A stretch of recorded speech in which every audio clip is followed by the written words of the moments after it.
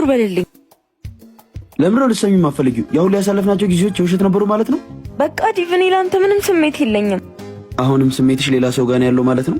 ልክ ነህ፣ ስሜት ያለው ሌላ ሰው ጋር ነው። ከቻልክ አትደውልልኝ።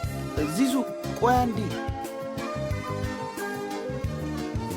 ወይ እቺ ልጅ ደግሞ መጣች እንዴ? ዳግዬ አንድ ጊዜ ላውራክ።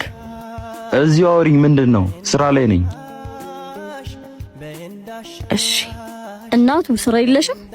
ዚዙ እኔ ከዚህ በላይ ምንም ብዬ ልነግርሽ አልችልም። በቃ ላንቺ ስሜት የለኝም። አጭቅጭቂ ከሰው ጋር ነኝ። እኔ እኮ ስለምትናፍቀኝ ነው። ለነገሩ ልክ ነህ። እኔም ሌላ ሰው ፍቅር ከፍቻለሁ። ልክ ነሽ። ወደሚፈልግሽ ከሄጂ እኔም የምፈልገውን አግኝቻለሁ። ደህና ሁኚ።